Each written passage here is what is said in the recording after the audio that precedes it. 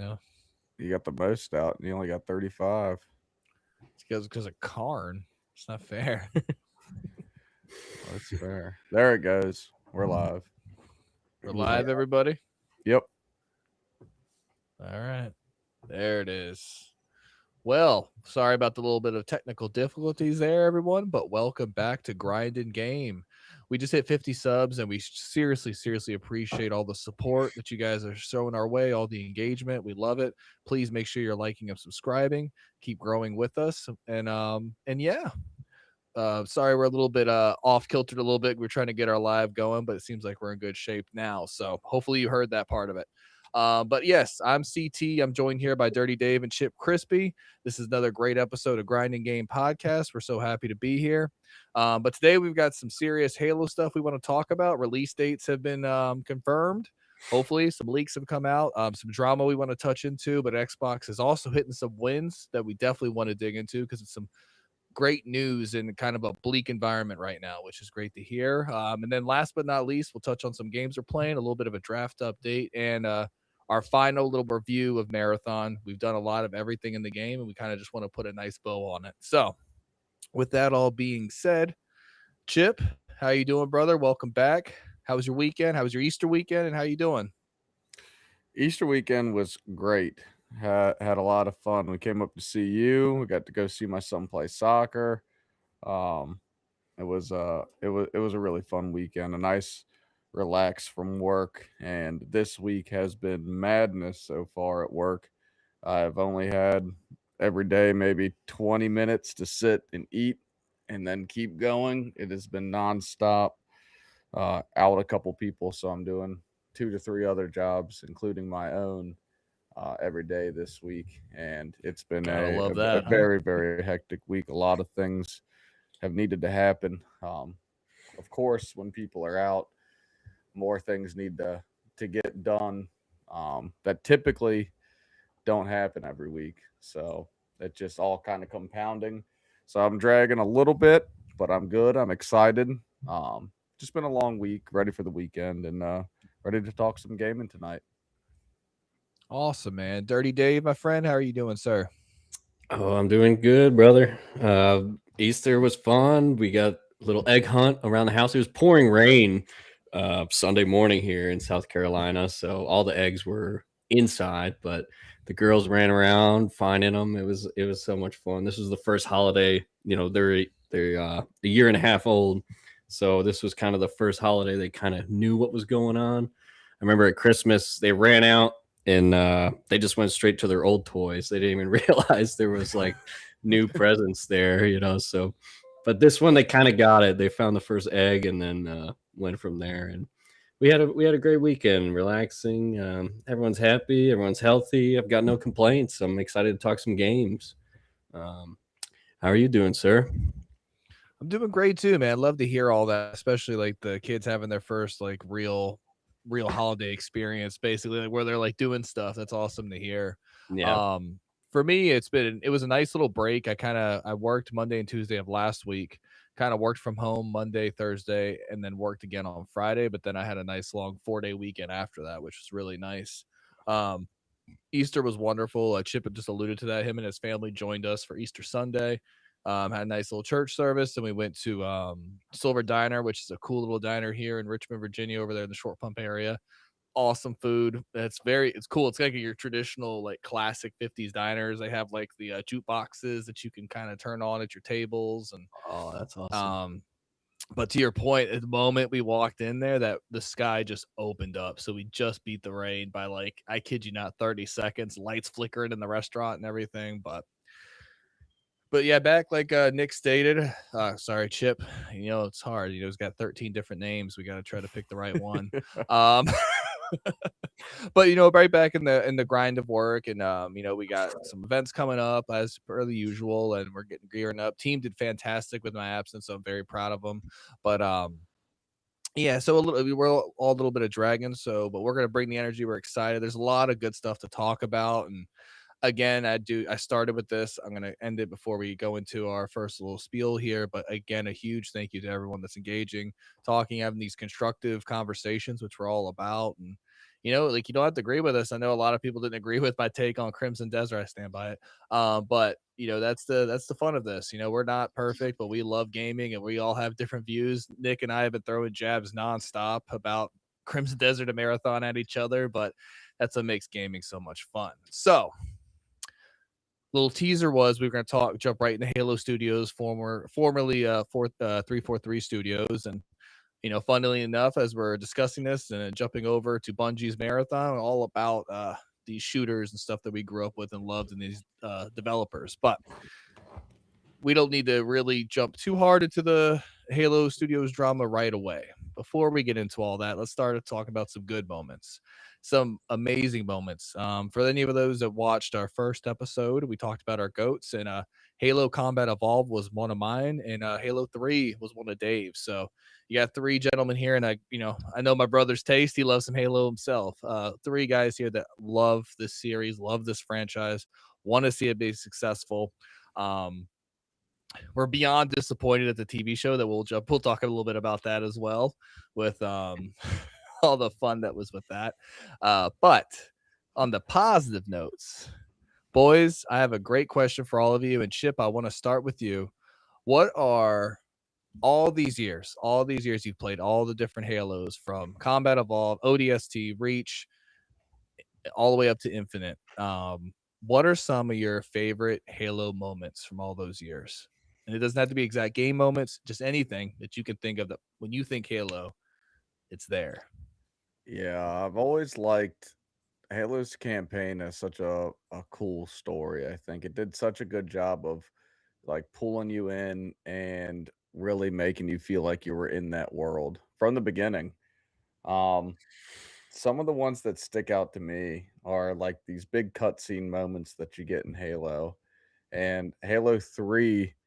Um, that whole final mission was, I remember I played that so many times, played it with buddies and all that, to where you're driving off, you got to go through all these areas, there's plates falling out, you're on the Warthog, the music's blasting in the background, you might have one of the boys on the gunner if you're doing split screen, and then you make that final jump to the ship, and it's like, it does so good of like feeling like topping off the games every time. At the end of the Halo games, you really felt, you're like, one, you felt like you succeeded in that mission that you had, whatever it was that it started.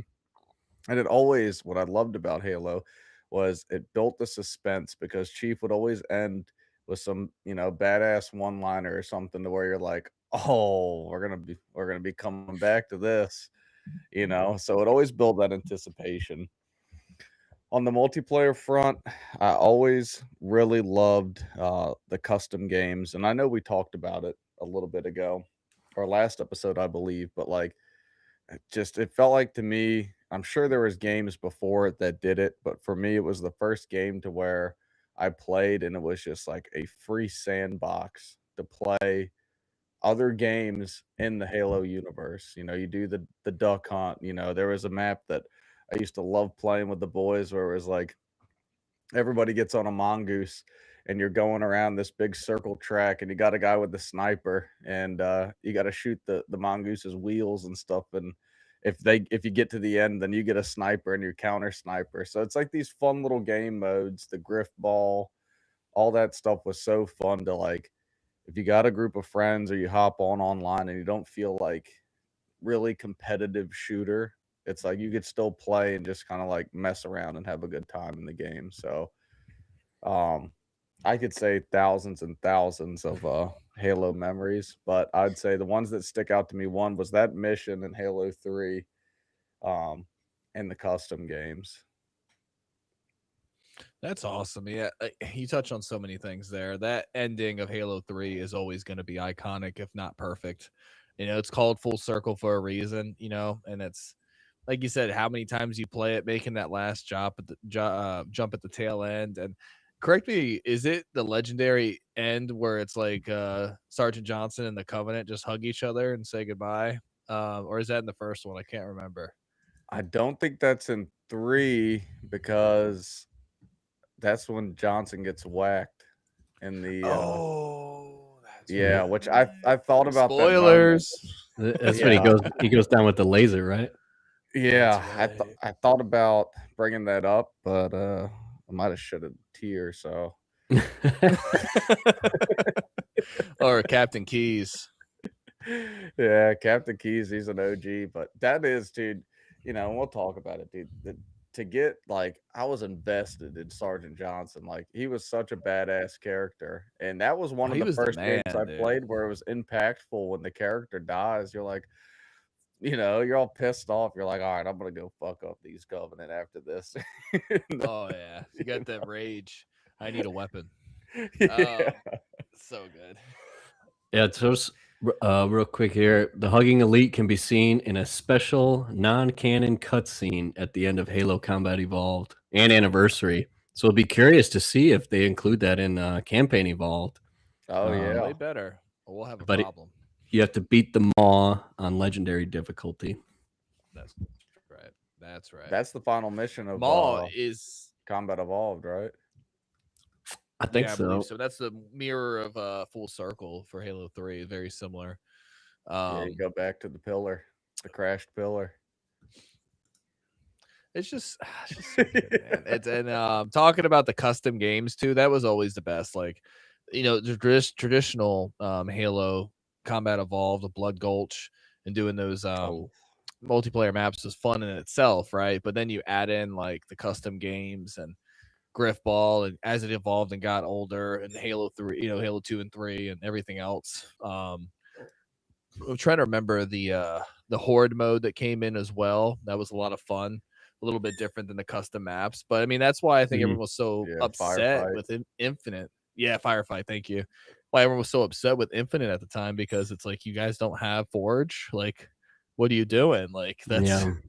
that's Halo DNA right there. That makes it fun. That keeps your game alive too, because a ton of people can go in there and make all the crazy fun things like ice cream truck. And then I'm trying to remember, the one I loved a lot was the sniper maze, where everyone's running on like Oh yeah. the 2D map from the sniper's perspective, and Yeah, it's the so it's duck pretty hunt. fun. That's Duck Hunt. That's right. That's right. That stuff. Yeah. That is just so much fun, man. And those, like, you play with your friends and having the land parties, and everyone just playing together and talking all the smack in the world, and it was just so much fun back then. And still Not to fun get now. Like, you get. Go ahead. Oh, I'm sorry. Not to get No, derailed, go ahead. but when you said two, it just it ignited the passion in me when you talked about Halo Infinite not bringing over that stuff. I mean, I felt like two, that was a major downfall, not just Forge, but everything. Like, they had the Master Chief Collection, which had all the games and all the game modes, and they have all these game modes. And when Infinite dropped, you had like barely anything, and so the player base fell off so fast because people wanted all these things that they loved from the other Halos. So, not to get off Well, on a even then, tangent, but well, I think it's a great thing to jump into, Yeah. because I mean, it's all, like I said, the next 30 to 40 minutes is all gonna be Halo talk, so we can go all over the place. I just kind of wanted to start with some fun memories, but I think a not so fun memory is the fact of Halo Infinite dropping without co-op. yeah, Like, that's, Yeah. come on, man. Like, imagine, and Dave, I can't believe, remember when you touched on this. It might have been either the first or second episode. Real quick, can you guys hear my dog squeaky toy? Is that coming through? no, No, you're No, we're good. good. Okay.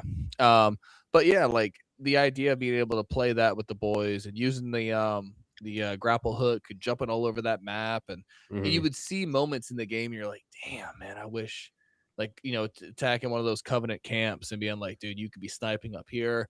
I could push the front, like kind of how we play Marathon now, where it's like, I'll push you guys, like, that Yeah. kind of same. That, and then not just Marathon, that's anything Battlefield, any multiplayer game you play, but utilizing that in an open world that was as fun as Halo Infinite's open world was. But They yeah, we dropped the can go. ball so hard, dude, because like you said, those moments and like how open it was, where because what happened to me, or it happened to everybody, we played it through solo, and then it was like, well, maybe I'll play with friends when co-op drops. And I think we started it. Chip was probably with me, and maybe Lauren and somebody else, but we fell off because at that point, I think it was like a year later, and we had already beaten it. individually. So it's kind of, it's be like, now do you want to go back and play it again? But there's so many moments that it just wasn't ready to launch, dude. With those, the name's escaping me right now. The flying vehicles on the UNSC side. I guess it'd be a Wasp. The Wasp, yeah. Yeah, like it would have been awesome. You have like two guys overhead in a Wasp, and then the other two guys are in the Warthog or something. Like, it has so much potential, but doing it by yourself, it didn't have that effect. Well, and then a fun memory I have, one of my favorite memories from Halo, it was in surprising, is with Infinite when they did that surprise reveal, the multiplayer, which I can't remember if they coined it as a multiplayer beta open or however it was coined, but when it released and Oh, everyone could jump in together right yeah, after the end of that, like that orchestra performed and right at it the was. tail end of it, it Yeah. was just that hype. And I remember Chip and I think we jumped in immediately, almost immediately as we could. And I think we were actually playing with we were all gaming at that time. We didn't really know each other then, and all hopped in together, and it Yeah, was I know. just I played Red. I had just started college, I think, so I had it so much. I was, it's just a bum. I had so much time, and I was like, I remember watching that, whatever it was, some kind of award show or something, or a direct. I don't know what it was, but yeah, you see, like, I think Phil Spencer was wearing a Halo shirt or a Halo Infinite shirt or something. So then everyone in the comments was like, "Oh, he's about to. They're gonna drop it," and then they did. They dropped it, and it was so fun initially. But I remember having conversations with some of my buddies I grew up with, where they're like, "Oh, the full game's not out yet," and I was like, "No, like, this is the full game." And it was kind of like this. Are you kidding me? Like, it was so fun, but there wasn't that much to it at first. That Halo Infinite multiplayer, Yeah. well, yeah, like because you're right. The solo came out a little bit like in December, right after that, probably maybe a month later, maybe a couple weeks later. But to your point, Yeah. no, yeah, this was the multiplayer. You know what I mean? I don't remember them adding too much more once it was full release, if anything. And they were two separate downloads too, if I remember correctly. I think multiplayer yeah. is a They, separate they did download the from. seasons, the season pass and stuff. They've added. There's way more maps and things now, but that was a big. I'm sure it's great now for sure. Yeah, Yeah.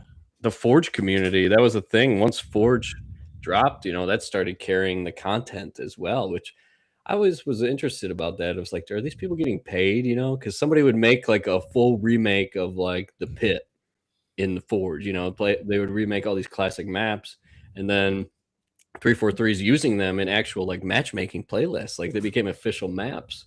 Um, which is cool, for these guys to make them. But I'm like, oh, are they going to throw them some cash or something if they're carrying the content drops? But who knows? You would hope so, or maybe see if they want a job. You know what I Yeah, mean? Be like, hey, yeah, want to help us build some more real not real, but like official multiplayer maps. right. It's time for the boys to hop back into Infinite. I've been getting the itch playing Marathon, like just feeling a Bungie shooter again. Now, granted, for the comments eviscerate me, I'm talking about like that same methodology. Like you still felt that when you played Infinite, like you still felt that snappiness and stuff. So they did get that part right. The feel of that game felt amazing. There's no doubting that. Yeah, So it's you a know, It's great got shooter. repetitive.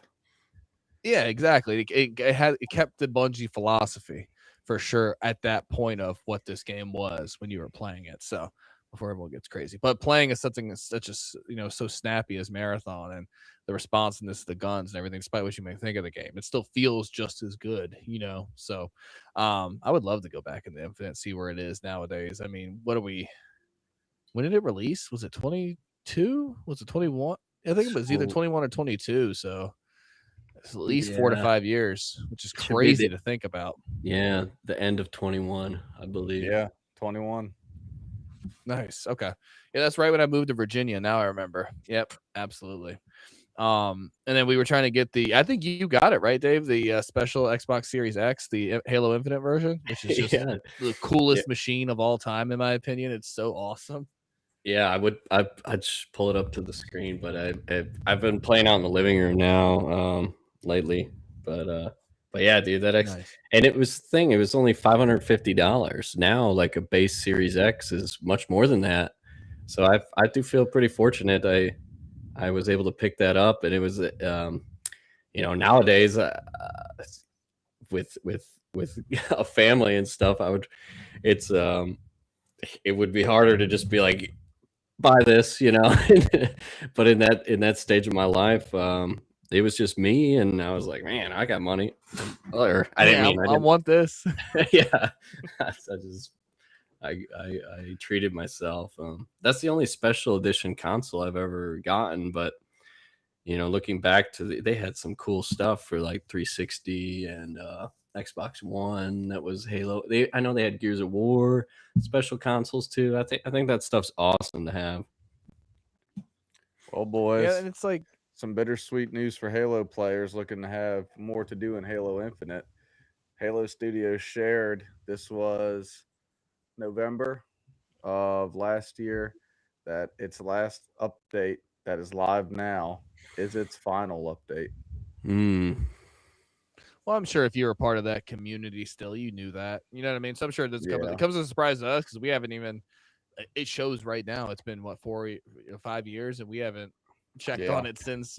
Well, I mean, we were playing into 22, so that's not fair to say about 4 years. But still, to your point, it's like, oh, it'll be a lot of new stuff for us. It seems like they were doing 4 years yeah, worth of updates, so that's good. So I mean, there's be some cool stuff to hit in there. But to your point, I don't know if like after that announcement, how many players are actually playing, and we don't have to look into that right now. I mean, that game is, No.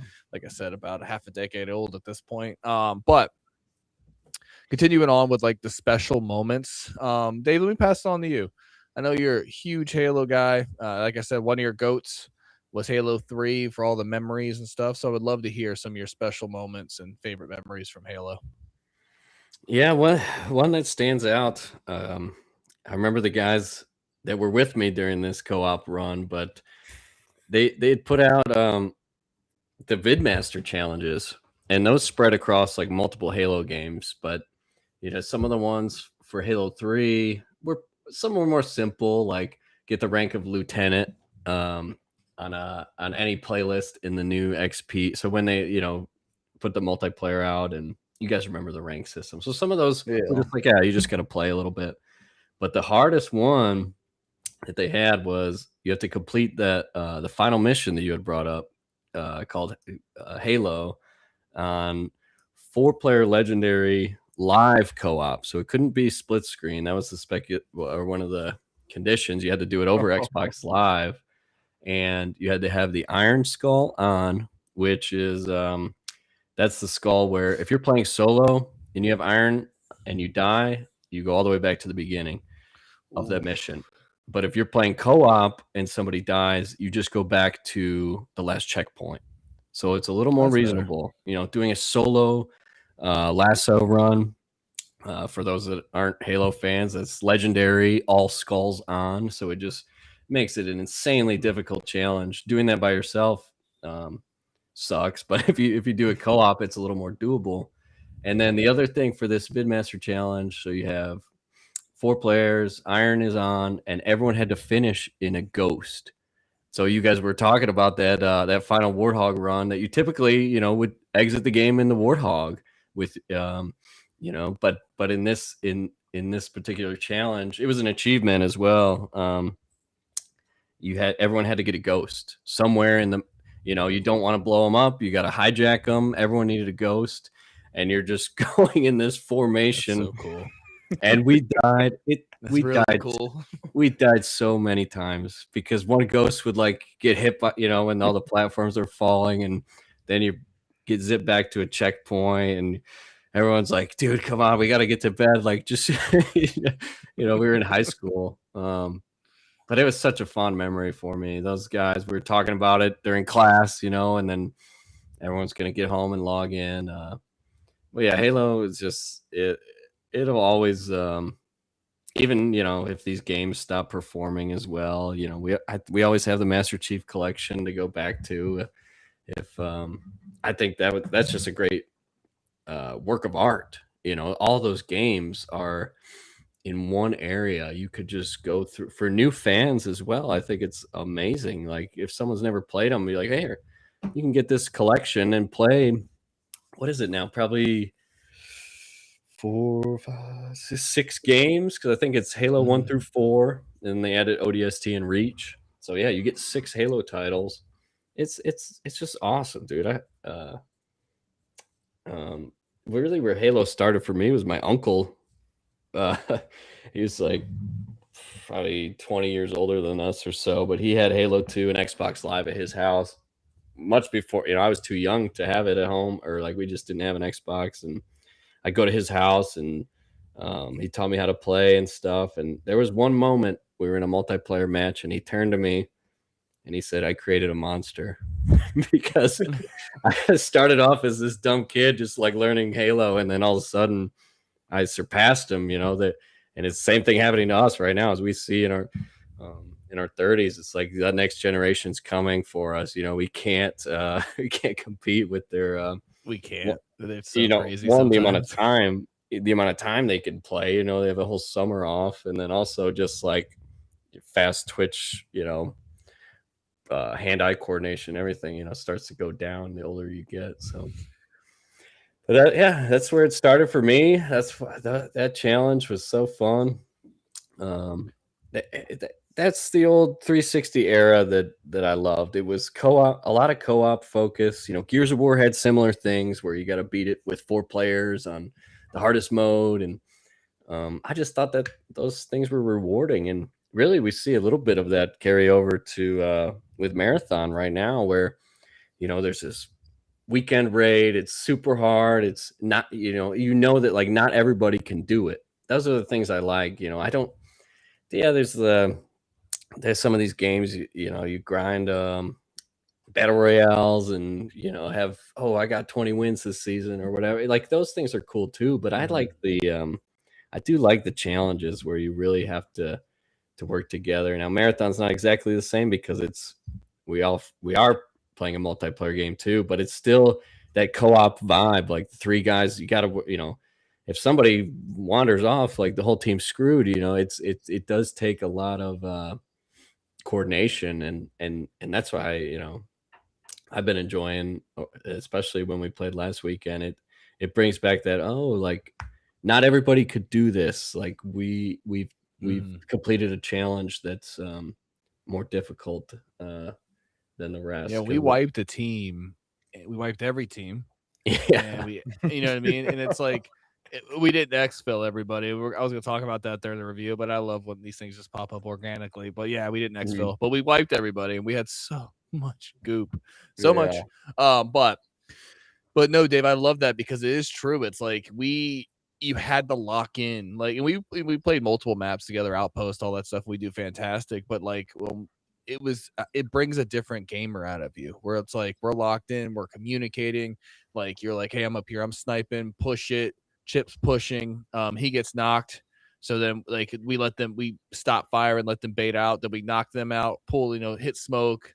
sounds you about get right. Knocked. Chip got knocked. Yeah, right. Well, then and you get knocked, you're middle of the bridge, and then it's like, okay, what are we gonna do? A team's behind us. We run away because we both have the mobile classes. We're running with Destroyer. Surprisingly, the Destroyer is very mobile with the thrusters, and then Nick's running Assassin. Then we sneak back up, shotguns. I mean, it's so much fun.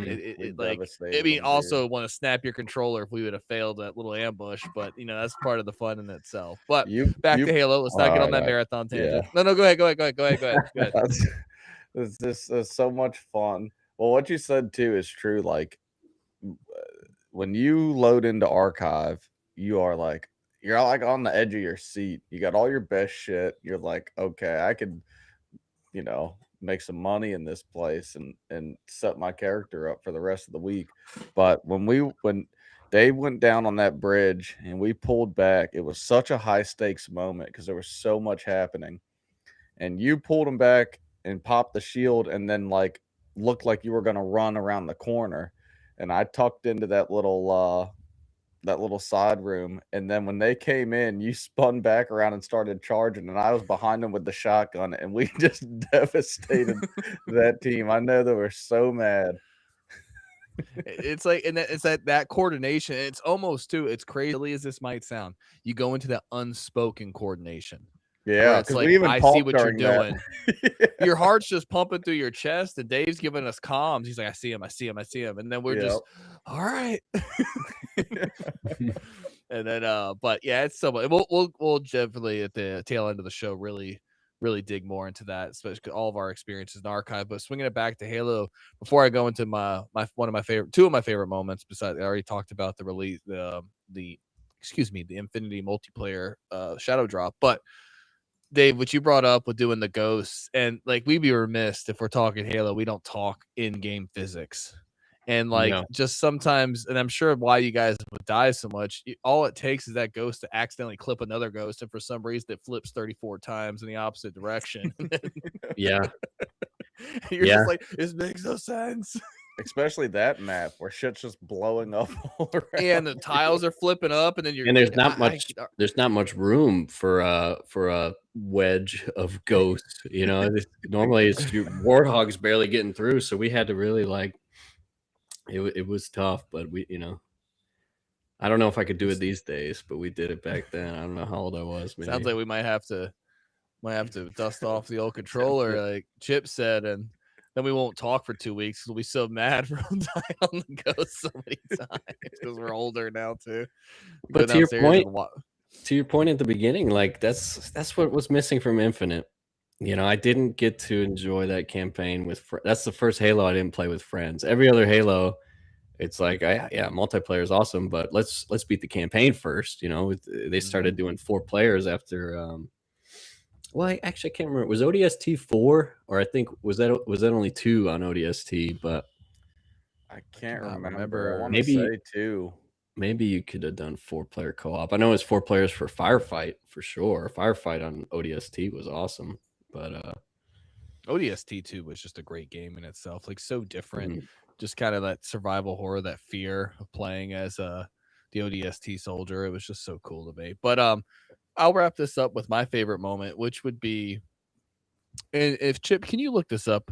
What was the time frame between Halo Combat Evolved and Halo 2 releasing? Because I know there was a relatively large gap between the two games, and it was, and like we won't rehash what we talked about in our first episode, but like that magical moment of me finding Halo Combat Evolved at a Circuit City and buying it, you know what I mean? And the internet makes me so mad sometimes because it says approximately 3 days. Specifically, Halo 1 takes place September 19th, 2552. Oh, it's saying the actual in-game difference. Yeah, that shows Halo fans, that's Google's first recommended was the actual historical chronological in-game date instead of the drop date.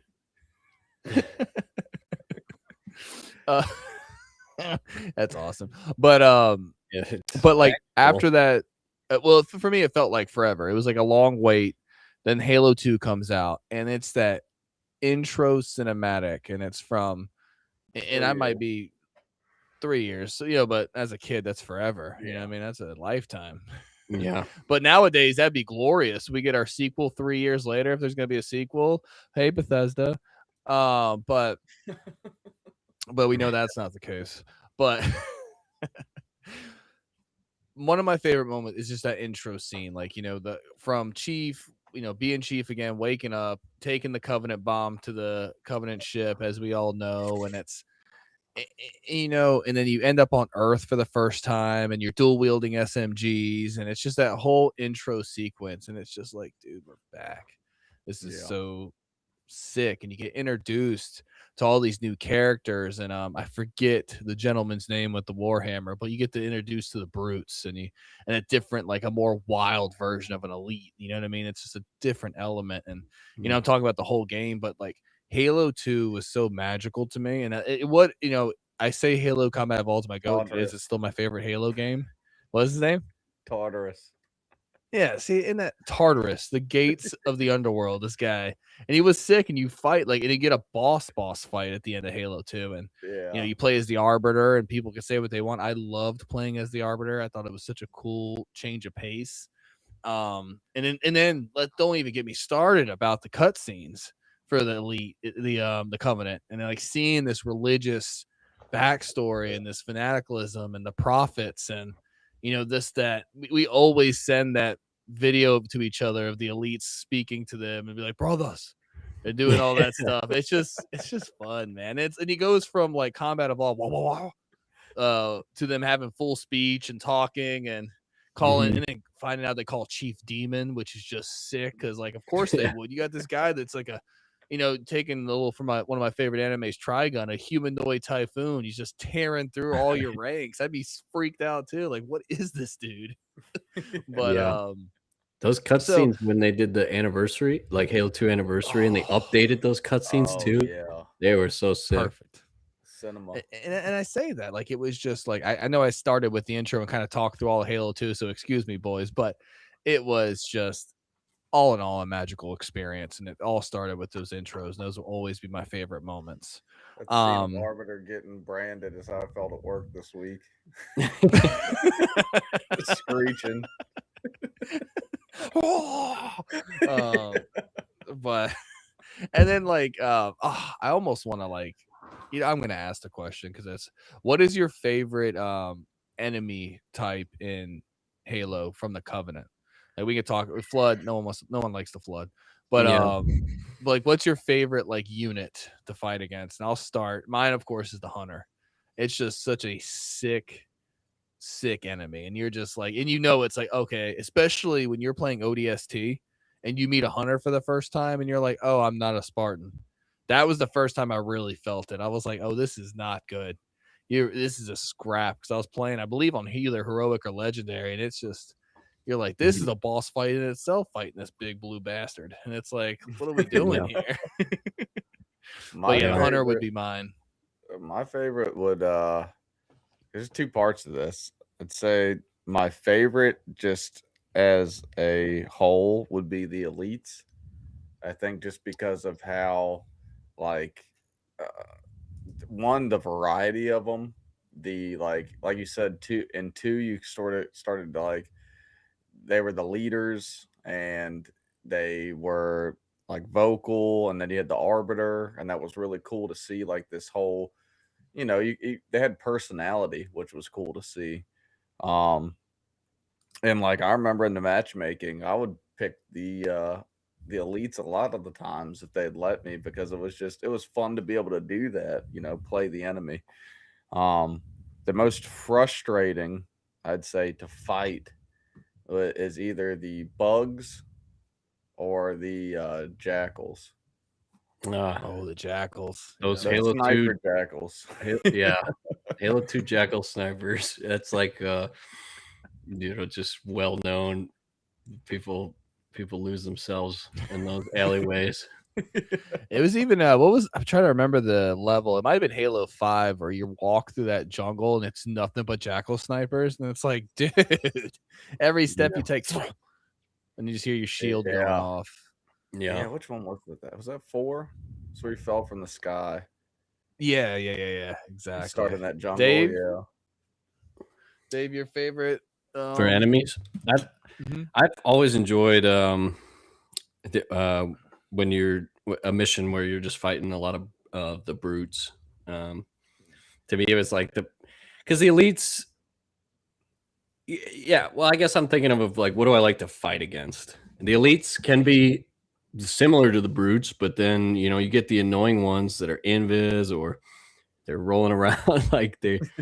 sometimes there's certain parts where you're just like, I just want to get done with these guys. But the brutes, I felt like every part, and that goes across other Halo games too, Halo 3, and those were just fun. Like, I felt like they take the right amount of damage.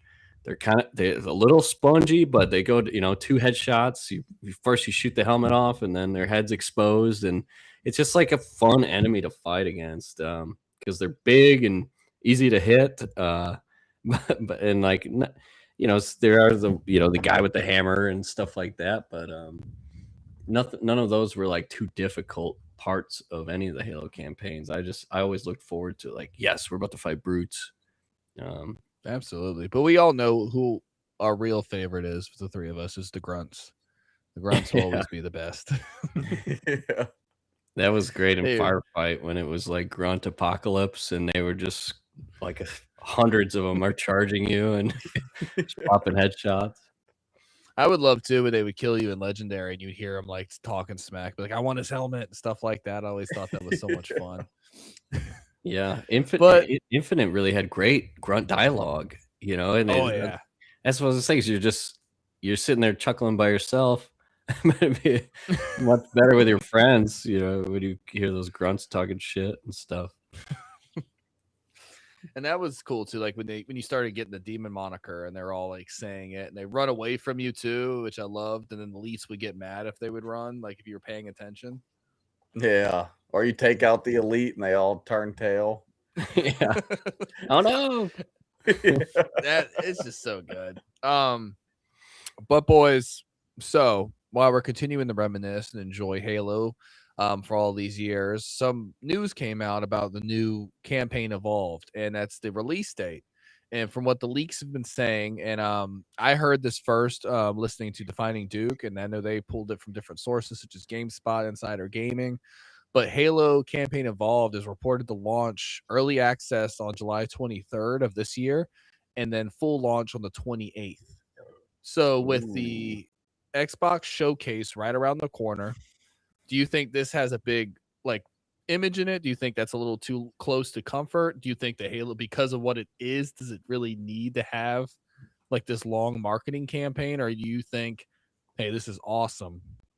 And I want your initial thoughts on that. Then I kind of want to throw a few things your way with this game, which I know is one of your draft picks, Dave, which is awesome that we got a release date for it. And I think Mhm. it's in a perfect pocket, which kind of makes me have a little more hope that Fable will drop when they say it drops, because it's like kind of following that cadence that we were talking about earlier this year. But how does the July 23rd, because I know we're all going to jump in early access. I know the three of us. How are you guys feeling about Campaign Evolve's release date? And Dirty Dave, I'll start with you, sir. I'm glad. I'm glad it's. Seems I know they haven't actually come out and confirmed it, but these leaks and information seem pretty legit, and it does make sense. I'm just wondering how they'll do everything with. Uh, so Halo at the end of July, and then when Gears of War, where that might fall August, September, but then Fable's supposed to be September, October ish, so it might. We got a pretty that would be a great run. One we got Halo, we'll beat that, and I know we're excited about it, but I know that it's sorry, dog is coming in. Come on, come on. It's gonna be one of those things. We beat it and we move on though, because like there's no multiplayer and things. I think we'll probably just go for the legendary run, and these new prequel missions are exciting and stuff. So maybe there could be a little bit of replay value, but it's how many times have we beat this game? It's going to be cool to see it all updated and stuff, and do a couple betrayals here and there. I'm sure, there, but it's going to be short lived. I'm curious to see what they do about pricing.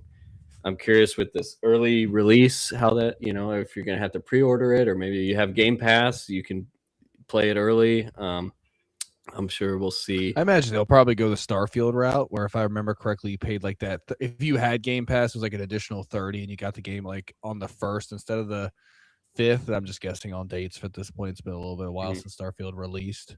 And then I'll go and I'll shoot it over to you, Chip. But I'm excited about it. I think this is an extremely important game for Halo Studios. I think they need to make sure this is perfect, and it hits all the right nostalgia. They updated the right things, fixed the library. As we all know, that level always drove all of us insane. I know they did little updates by adding arrows on the ground and in the updated edition and the Master Chief Collection and everything like that. But I really want, because it's like if they don't do this right and if it's not good, they're not, I mean, we're not going to want you to do Halo 2 and Halo 3. And it's like, again, like I say, I've heard this before, but for me personally, it is true. Like Halo Combat Evolved is my favorite Halo game, but I'm not crazy not to know that how amazing Halo 2 and especially how great and was, like I say, damn near perfect video game in a lot of ways, Halo 3. Like, are we going to want them to get their fingers on it if they can't even get combat involved and understand? And when I say by that too, it's like, understand what that game is. Don't change it too much. Put some Yeah. nice updates in there. Give us some good quality of life, but like keep the soul of that game and to knock it out of the park, because I feel like they're on thin ice, from everything.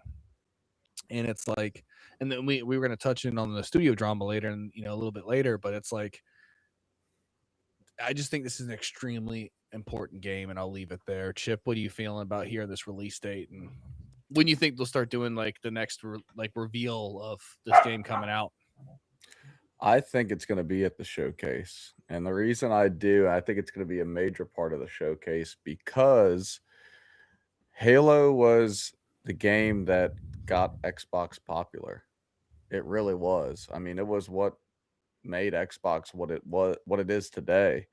And with the rebranding and all these different things going on, I think it would reignite some of that passion for the diehard Xbox fans to see, boom, a big Halo release at a showcase.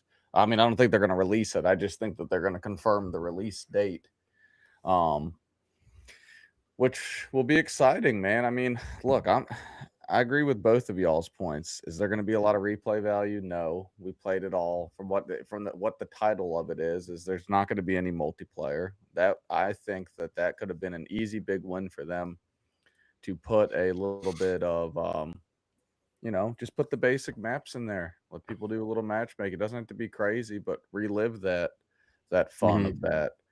Um, that would give it some wings. I mean, I think that, and you guys correct me if I'm wrong, but if they had Halo 1 completely remastered, um, multiplayer with all the maps and some unlockables, I think people would play the hell out of it, at least for a year or two. And like, I know I would. I'd hop in there and unlock some armors, or you know what I mean? So it's like you have this Yeah. great title. Um, I'd hope they do that. I don't think they're gonna do that, but you're right too, CT. I mean, they got to get it right. It's things get a little hairy with these um, remakes. I guess that's what this is going to be, or if it's a remaster, if they've said. But you change too much of a game, um, people want to go back to the game that they love, and so at its heart, it has to be that. Yeah, do some quality of lives, make it look fantastic, add in a couple things here and there, sure, and spice it up a little bit, but don't take away from the core experience by doing it.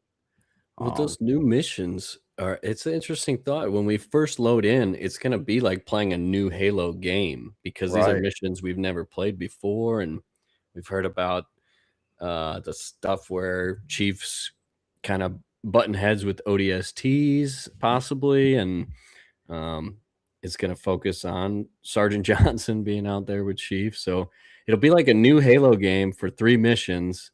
And then we'll load into that very first, what is it, Pillar of Autumn? Yeah. When you come out of the cryo sleep. So it's gonna be cool. It's like I'm pumped for it. Definitely. Yeah. I'm excited. I mean, I think that maybe too, if they nail, I know it's only 3 missions, but it's a good point. You nail those 3 missions right, maybe it gives a little bit of backstory. Maybe you view the campaign with a different set of eyes and you're a little bit Mhm. more pumped instead of, you just wake up in the pod, but how to get to the pod, what was the intent? Of course they're going to the Halo, but it's, you know what I mean? Yeah.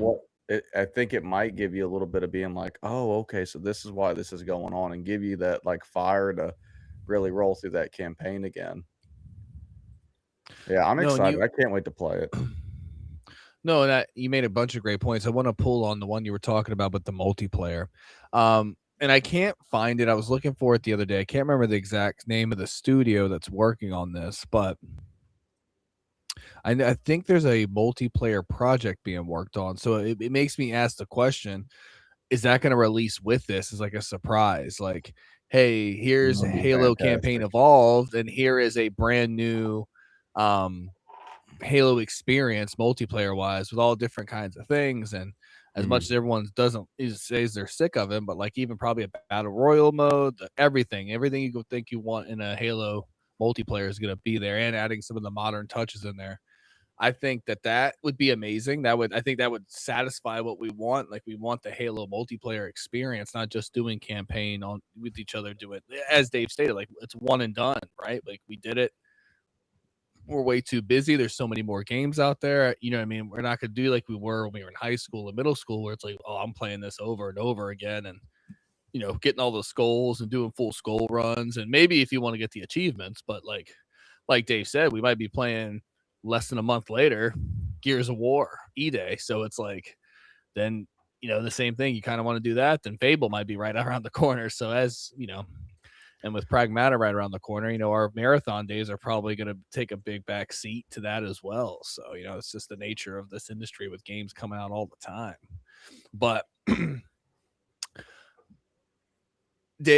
old Chip, you kind of touched on a lot of the stuff I was touching on, but with that release date, we're going to see what happens. I think they have a big chance to get a huge W here, especially with, you know, with all this positive stuff. There was some things that came out today, and I don't know if you guys had a chance to read the stuff I sent over to you. I just thought this was really interesting, and it's coming from a 17-year Halo veteran, an art director, making like public accusations about Microsoft as a whole and with the studio in itself, with harassment campaigns, blacklisting, favoritism, cronyism, retaliation after HR complaints. So all the workplace nightmares you can think of. Again, this is all allegedly. This is stuff we're hearing from this individual, but apparently other devs are backing him up. So just, for the sake of it, again, we say allegedly, let's say this harassment is happening, or at least kind of things are happening within this studio. Could that explain why maybe like Halo Infinite came out the way it came out? Explain why, like, when Dave, as you stated, it's like this wasn't a complete game. And with all this being said, do you think maybe hopefully the studio culture has shifted and gotten better, and maybe we'll see the fruits of that labor and the fruits of those changes in this new Halo experience? Kind of a two-part question there for you boys. And Chip, I'll start with you. I don't know. It's tough, man. On the outside looking in, what truly happened in this scenario, right? Um, Part of me is like, I don't know. I've had people that have left my workplace and made all these allegations and claims after the fact, um, because of one thing or another. But there again, I mean, we had a guy that he was at, you know, worked at 343, then went over here. He probably had different opinions on the outlook of the game. And I could see both sides, I could see it very well being like this guy's going against the grain. And obviously he doesn't want to get on board with what the new direction of the game's going to be. And, we're not going to promote him. We're not going to, you know, we're going to find a way to get rid of him if he's not going to want to get on board. So it's tough. I don't know if with it just being one guy, if it truly was all these things that led to what Infinite was. I think it's just a studio that picked this up and just made a terminal mistake with, and we've seen it across some other games before, but you make something that people love, and then make the next game, the following game, the sequel to the game, and you leave out stuff that people really enjoyed in the first game. And people go, why would you do that? And they say, well, I had this vision. I wanted it to be like this. We were more focused on this. And it's, so it's tough, man. I think the studio as a whole just didn't understand Halo fans. And, you know, this guy might have been fed up with it. And they might have said, all right, well, we're going to get you fired. Or he might have done something shady in the workplace. And, then he got terminated and said, well, they've mistreated me the entire time. Yeah, I mean, again, we all have seen these workplaces. I will say this: if all these alleged statements are true, I truly hope that whole culture and environment has shifted and changed and gotten better. And we see that change in in this new game, and that different kind of environment. Again, we weren't there, we don't know. I mean, I'm taking this this person for their on their word that this thing's happened. I guess other devs have confirmed similar stuff, but again, a little bit out of our wheelhouse. I just thought I would, bring that up. And Dave, I want to throw it to you too. Just like kind of as we're talking about Halo, I just want, the audience to know we're kind of listening to everything. Again, not in our wheelhouse. And Chip, you made some great points. But Dave, anything you want to touch on that before we keep going forward? Yeah, I think that was a great point. Yeah, that Chip had about if you go right now, you go on one of those job searching websites, Indeed, and you pick any workplace. It could say like 4.9 star or like whatever the rating. It's a good place to work, but then there's going to be one comment down there of somebody that's just like, oh, like the manager never included me, or it's like there is somebody always with hard feelings about a workplace. And I'm not saying that's the case here. It's just it's one of those things I think we'll never know. They're never going to let us inside and be like, yeah, we were we were screwing people over. That's a good point. But yeah, I'm sorry. Go ahead, sir. Oh no, I had tell him back at work. I keep calling everyone sir. Sorry. I had to look up what cronyism means. That's not a word I goes around day to day life, and it's it's just people promoting their friends basically instead of who's more qualified, and that happens a lot of places. So it's not like some outlandish accusation, but it could also be somebody that's just like upset they didn't get it. Who knows? We won't be let in to that information. But I didn't want to cut anyone off earlier. I wanted to go back to what you were saying about that battle royale real quick. With was the studio you're thinking of Certain Affinity? Yes. Because let's before we circle back to that real quick, let's just put a bow on this. But like we said, we don't know either way. We just hope that if all that happened, and I hope this person's found something better, doing better things, and that stuff is kind of stopped, and we're gonna see like a healthy. We want to see any work environment be healthy, so hopefully it's healthy and they're gonna crank out some good stuff. But yes, Certain Infinity in this battle royal. Go ahead and let's hear what you've seen, Dave. Before we begin, just CT, your mic was a little low. It felt like on that one. No. Okay, is this a little bit better? Yeah. I leaned back in my chair a little bit, so I was kind of holding the mic a little bit. Just for like when we start talking again. Yeah, so I don't need to repeat what I said, but just like we said, like we're gonna out of our wheelhouse a little bit, but what is in our wheelhouse is a multiplayer game. So let's talk about this battle royale a little bit more. Well, I don't have much on it, but I was following it pretty close, the news and leaks back when because that was a big story. Was 343 pushed out the main Halo Infinite, but then they outsourced Battle Royale to Certain Affinity, and I just looked it up to see what the latest info was. But they were doing it, and the project was canceled in January 2024 after they were working on it for years. All those YouTubers and people, I was watching videos where people were diving in and really trying to figure out when this battle royale was going to drop and stuff, and then it got canceled. I remember them making that comment too. The only real BR is the battle rifle. Do you remember that? And they kind of roasted them on it. Yeah, it's it's whatever. Like, yes, people are kind of getting sick of battle royales, but if ever there was a game to take all of my time in a battle royale, it would be a Halo 1. Just imagine, final circle, someone's still has a warthog up, and you have like there's so much. The sandbox of Halo, I think it could make for an incredible battle royale mode. Well, just the aesthetic alone. Remember, we first jumped into the marathon. What's the first thing Dave said?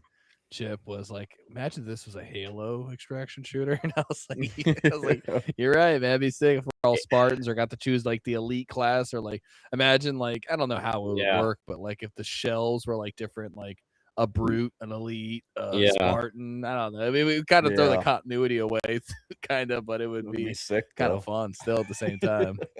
Yeah, and I don't want to be one of those turn into one of those old guys that's like, oh, Halo or nothing, because Marathon is its own thing, and I want them to keep making new games and new ideas and stuff. But it is But like, no, when you say it, it sounds like it would be sick. It's like like imagine like, yeah, and why I thought not? about it a lot, like the ODST map. Imagine that being one of the maps, and like you're kind of going through it and creeping around, and it's similar Yeah, vibe and all that because we're all on equal playing field. We're playing these superpower characters, but yeah, I yeah. think it would be sick. There's so much they can do with some of these IPs. Oh, that's Same, what we talked about all last week with Bethesda. It's like yeah. you got this cool IP, man. Let people run with it if they want to. Like I remember Halo Wars. I thought that was a really cool concept, and I enjoyed playing those games when I was a younger man. Yeah, those fell Having a off lot of too, fun with heavy. them. Yeah, you guys ever jump into Halo Wars at all? Yeah, No, I I put a didn't. good bit of time in, but definitely not as much as as all the other first person shooters. But I do like that. I love a good strategy game, and um, And it fit perfect into it, like moving your little armies and everything like that. The RTS strategy and all that good stuff. Well, real time strategy. So saying RTS strategy is a little redundant, but anyways, but yeah, I think we put the bow right there on Halo. I think we end it with just saying, like, hopefully the studio drama is cleared up, that they got a good, healthy environment over there, that this July 23rd early access and July 28th full release dates are true. So we got something really to look forward to. Hopefully, as Chip stated, that they show this in the showcase. I believe that will be the case. And maybe we get an additional little present with that certain Infinities multiplayer coming with it. That'd be a nice little 1-2 punch and getting everyone geared up back up for Halo. So, Halo Studios, formerly 343, please make this game successful. And before we move on to our little bit of a fantasy draft check in that we haven't done in a few weeks, do you guys have anything else you want to hit on Halo before we move on? I think we're good. yeah. Beautiful. So, everyone that knows, we have it in our description, the link to get to our draft, so you guys can check in real time whenever you guys would love to. Chip has pulled it up on the screen now. If you take a look, we'll start with Dirty Dave here. He only has 2 games out, Reanimal and Mio. And as we're talking about this, Dave, I know me and you talked about Mio about a couple weeks ago. Have you revisited Reanimal after that initial jump in? Have you guys finished it, or how's that been? No, we never did beat it. Yeah, I think we will at some point. It's just I know we might do a little Pokemon talk later, but that it's coming. It's where are you gonna put your time? And I think Reanimal, it was a cool little experience, but it wasn't like, oh man, I want to 100% this and do it. It was just like I described it in that original episode. It's like you're playing through a scary movie. So yeah, I didn't go back to beat it, but maybe we will. Awesome. All right. So, Dave, actually, I'll hold this off. I'll go next. So, no, I'm next. I mean, old Chip Crispy here. Chip, looking at these two, I know you didn't jump into Monster Hunter Stories. I'm still thinking about jumping into it, but I'm running out of time now. And I know you didn't jump in the car. And the only game you jumped in on your list that's released is your counter pick that has you a nice hefty -11 right now. So, how are you feeling about your picks so far? And yeah, any of these games you're thinking about maybe jumping into? Go climb a mountain?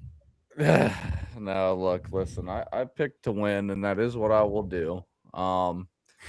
Marathon was projected at 4.6 points, so I stick by that pick, though I will say I was happily surprised with it. If the game does ultimately fail and they shut the servers down, I should get these points back, in my opinion, but we'll see. That's an interesting thought. No, it's not. It's not an interesting thought. It's this game rated, it's done, and if that happens in the Yeah. future, hey, It you just gotta rated live with after that they said, -11. please wait a month to play the content that all of you will most likely See. not be able to play. I knew this. I had a feeling this was going to happen, and that's fair. That's fair to say.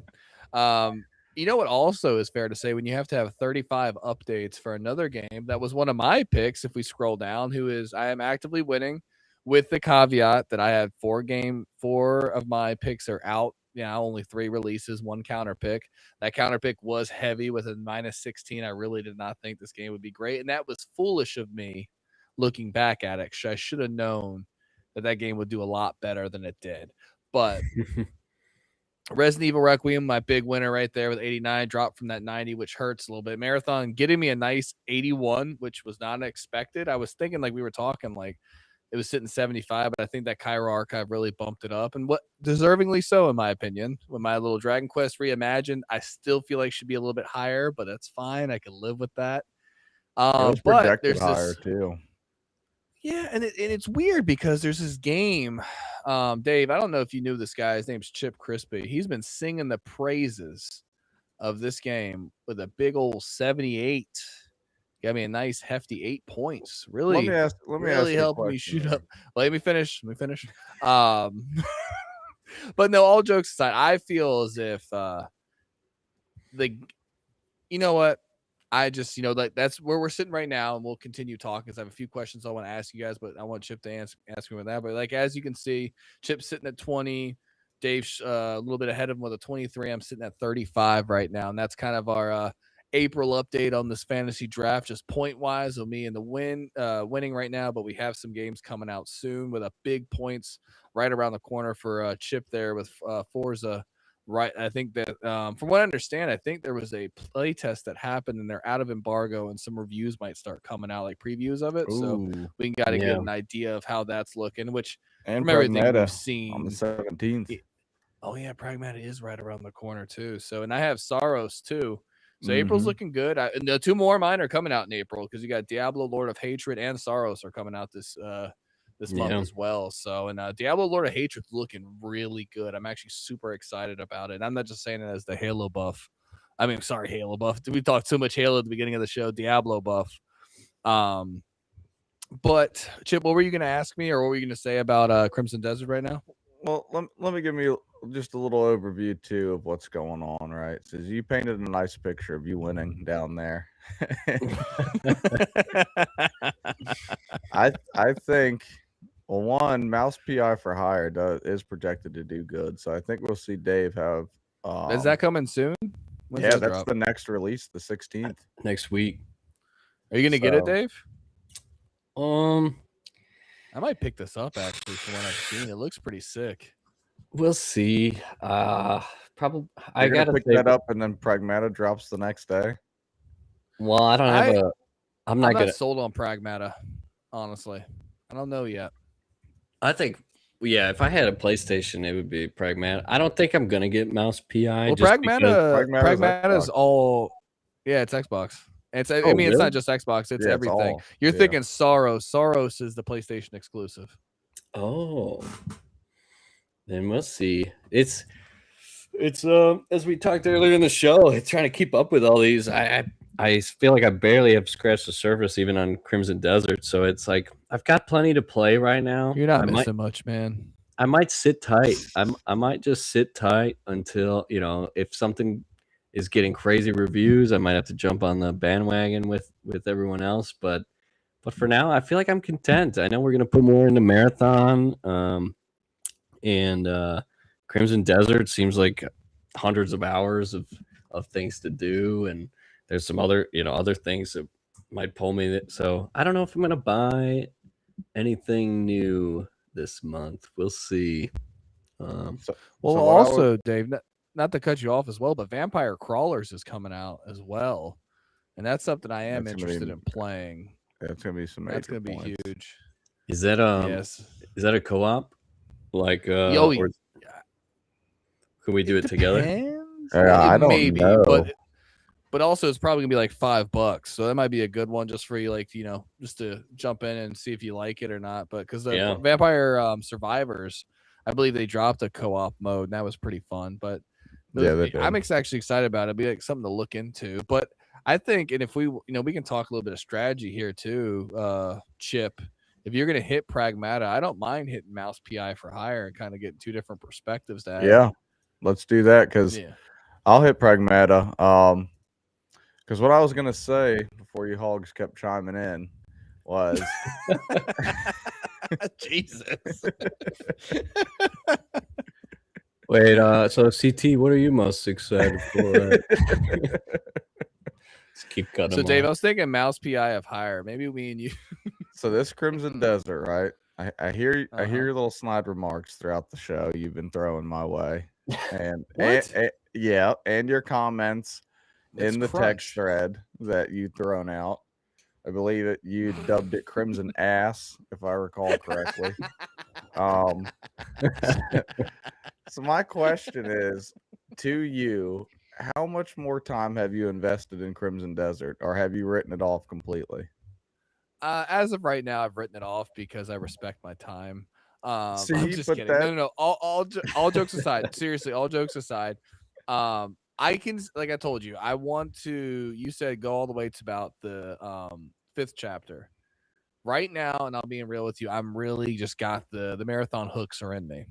Nothing against Crimson Desert at all, but nothing's calling me back to it right now. I just don't have the urge to play it. I know we've all been there before, and I know I make the jokes. It's just friendly, just a little no, I bit of know. ball busting, joking around. But it's like seriously, all like I see it, man. And I get and it's in my algorithm. I see all the clips and stuff about it, and there's not, it looks like a great game, and I'm so happy you're enjoying it. But like realistically, dude, whenever I get a little bit of gaming time, I do like 3 or 4 runs on marathon, and it's just that's where and that thing it's fun too because you guys can't really jump into it as much as I can. And then with me getting that vault key just recently, it's like, Yeah. hey dudes, look what I got. You guys ready? I know you guys got your loadouts. So when we get in, do a little bit of homework before we start so we don't we don't Yeah. not exfil again. But Now like having my that vault true key. point yeah, my true But yeah, point going about back it to too. Crimson Desert, I'm sorry. Yeah, you're good. My true point about it too was though, like I think I think 78's a little low ball on it from what I've played. It is fun.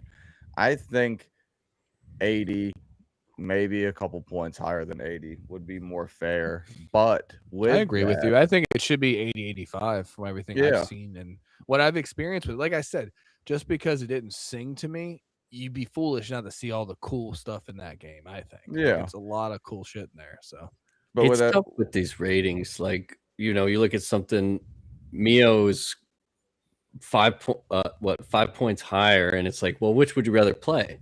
I want to play Crimson Desert over Mio, but it scores high, easy, different. easy. I'm just kidding.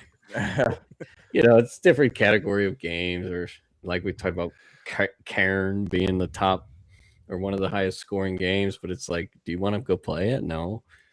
No, you make a great point, David. It's like, yeah, we pay attention to scores because mostly because we're doing this draft, and like you said, because we're so Mhm. busy. Like if something's really like a Resident Evil Requiem, like the Right. crazy reviews it's getting. We had But to that's jump kind of in. why we were kind of rating games as we played it, and we kind of backed off, and we kind of just review them and talk about like, hey, I think we should jump in and stuff, But like, because you're right, like the ratings are a little. I mean, gaming in itself is a subjective hobby, and us talking about Crimson Desert right now, it's like you want to jump in. I don't really have the urge to, and Chip loves is enjoying it every moment he has in it, and that's yeah.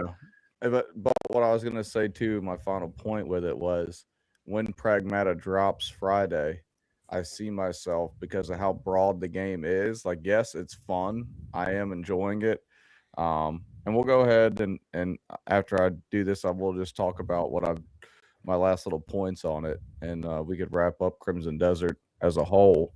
But I see myself playing Pragmata, and then there's a couple other games coming out. It's probably like I said, it's not a game that like I can't wait to keep playing. I enjoy playing it. It's like kind Mhm. of relaxed. I could do what I want in it and go mess around, but it's like when Pragmata drops, it's not like I'm gonna play, one night of Pragmata and then the next night of Crimson Desert. No, I'm probably gonna beat Pragmata and play it all the way through and then circle back. So it's not something that's like I'd say really got its hooks in me. So that's why I say too. I think it's fair where it is. Like it's not groundbreaking by any means. It is very fun, but I see your point of it too. If you have something else you're more interested in, that's the same way I'm going to treat the game. Like Right. for me, marathon without the boys right now is just not kind of my cup of tea. So I'm gonna play that game. But Yeah, you got like you're running like a solo game and a multiplayer. Yeah. at the that usually is a nice flow. I like to have that as well, and but I think you're absolutely right. There's other games coming up to where it's like, okay, I could go beat Pragmata, and I don't know what they've talked about, but maybe it's like a 20-hour game, a 20-hour experience you can go beat. Where Crimson Desert just seems like, will I ever finish this? Yeah, Right. and in this season of life for us, um, different things going on and different all these good games coming out. It is I feel like I'm not gonna beat Crimson Desert. I got or I could realistically say I probably won't. Yeah, I'm on the same ilk. It's like I don't see like I might put more time into it, but I don't see myself ever reaching the end of this 200-hour game. I don't know what the golden path looks like. I don't know. It's probably a lot shorter than that, but still, it's like Oh, I I'm could not. tell you. Go Oh, I'm ahead. sorry. You go. No, It's go ahead, just, go ahead. But Dave, oh, hey, real quick, Dave, great guess on Pragmata. I just looked it up. Standard playthrough is 12 to 20 hours. oh, yeah. Okay. That's gonna be perfect. Yeah, I figured it'd be kind of a But standard, fun single player experience. and isn't that? I think it's like, I think it's so crazy. Well, not crazy. It's just crazy how we grow up in this industry because the 200-hour game to middle school, high school, even college level Yeah, CT Dirty, Dave, and Chip is like, oh yeah. But now at our stages in life, now that RE9, that 10-hour to this now 12, that stuff is so much more appealing to me now. And again, you get yeah, forever games. Diablo will always be my forever game. I'm excited for Vessel of Hatred, and I'm so guilty of it because I love Marathon right now. I love the loop, but again, there's no way I'll ever reach 200 hours in Marathon. I don't ever see that Yeah. happening. Some people have, which is crazy. And you see them at like level 150 and stuff. I don't know how they've gotten. Well, I mean, I know how they've gotten up there. They've played it nonstop. But funny yeah, thing is, I played with a dude that was 100 level 111, died immediately. Yeah. mm, Immediately. Just But dumping hey, hours he into tried. dying. He tried his best. I did real quick. I thought you guys get a kick out of this. My last run on Marathon the other night. We get in. This guy's on comms. He's like, "I've got 3 lock keys, a green precision rifle, a blue shield, and God is my witness." And he just sprints off into the distance. And I was like, "All right." He didn't ping anything. I was like, "All right, I guess I chase after." But it's just like this guy was locked in. I was like, "All right." Oh, to But put a bow on Crimson Desert though and finish up the conversation, I'm kind of at a crossroads with it too. And one negative with it that I have seen more that I've played it more is there's been multiple nights that if I hit it, I feel like I get very little done in the amount of time I play. Which, granted, it is supposed to be a very broad game, but it's like, you know, I'll do a night of like building the camp or something, and I'm just like, oh, I felt like I really didn't get anywhere in this game. yeah, But on the other hand, what this game allows you to do, which is what I've stumbled myself into, and it's my sickness as a gamer, where I shouldn't probably be playing this part of the game, but it allowed me to go walk over here. Is currently trying to beat an end game boss, a 200-hour end game boss, mind you, at the beginning of chapter 7, and it's this cretin right here, Beloff the Darksworn. he's a And cool looking character. yeah, and it is one of now all these guys that, live and breathe Elden Ring and enjoy pain will probably shit on me. But for me, it is an extremely difficult boss fight, dude. But I don't have it in me to back out of the fight because I see a path forward to beating him. Though mm, it will probably take an hour and a half without any mistakes to beat him. And so the Dang. last couple wow. nights I've played, I've just left my Xbox on because I don't want to cut it off and lose the progress. But You I just will, pause it in the yeah, I'll battle. fight him for an hour and die, uh, probably 10 times in the fight, and then I just cut it off. And, next time I play, I try it again. But I see like how this could be so much fun. If they just condensed it down maybe a little bit, it'd be a way better experience. But like this boss fight, you have parries, you have dodges, they have to be perfect. Your gear, he's in like a complete ice area. So your gear has to be ice resistant to even fight him, or he'll one shot you. If you stay too long and your ice levels get too low, you freeze in place for about 3 seconds and you got a button mash to get out of it.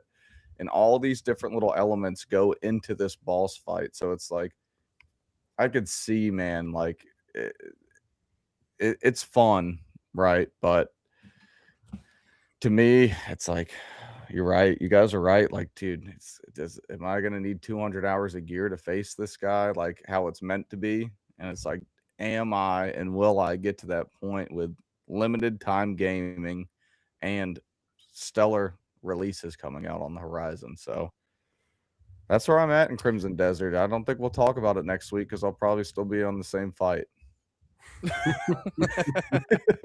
No, we're in the same boat with that and with Marathon. We might have more to talk about next week if we open some vaults and we finish that raid boss. That might be that'll definitely talk some. But like to the point, like, are we gonna go keep doing these deep talks? No, I think we're some new stuff is around the horizon, which we're excited about, especially Pragmata, Mouse PI, as we talk about vampires, crawlers, and Diablo 4 Vessel of Hatred, which and Saros. Keep forgetting Saros, but I'm super excited about Saros as well.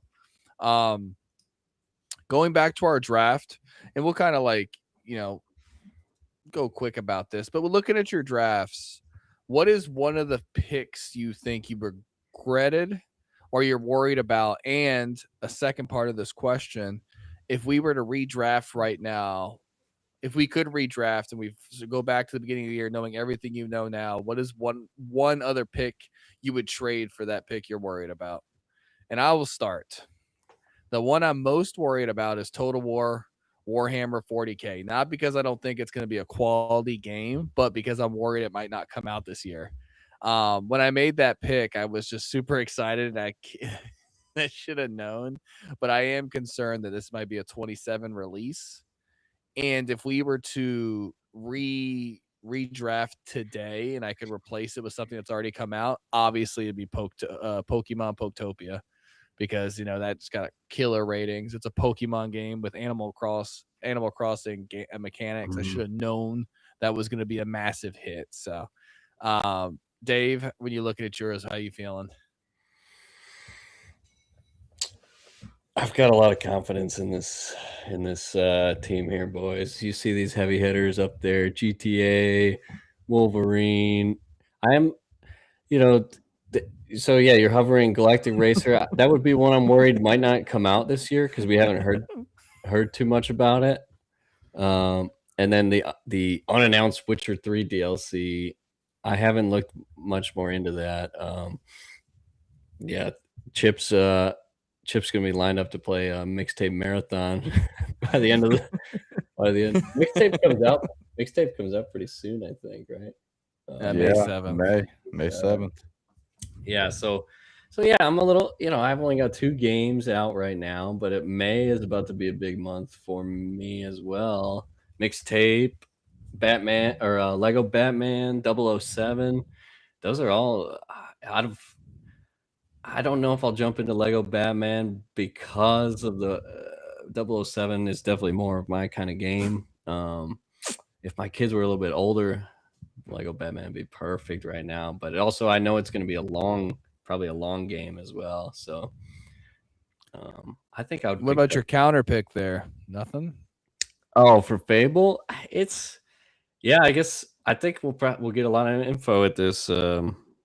Or maybe get a set release date here soon or at the June showcase. But my main reason for counter picking Fable originally was I was thinking it's not going to be done. It might not come out this year. It's not that I have low faith or anything. From what we've seen, it looks pretty awesome. I really want to play it, so I hope it comes out. But for the sake of our league, if I hope it gets pushed, but I'd rather just lose the points than we get to enjoy Fable this year. Are my thoughts, but no, absolutely. Chip, talk to me. What are you hovering over there? I can't see what you're up to. What? What am I? What? You were hovering over stuff on yours, but Oh, go ahead. your Looking at mic's getting yours. a What are little you low thinking? again. Um, Sorry, everybody. you're good. So I'm completely confident I will win.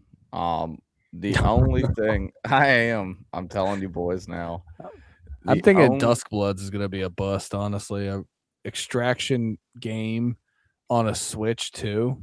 All right. oh, you're the extraction king. You'll be playing that till 2 in the morning on your Switch. Uh, that one is a little iffy. We'll see. Out of all my picks, I think that one does have the most capability to not be that good.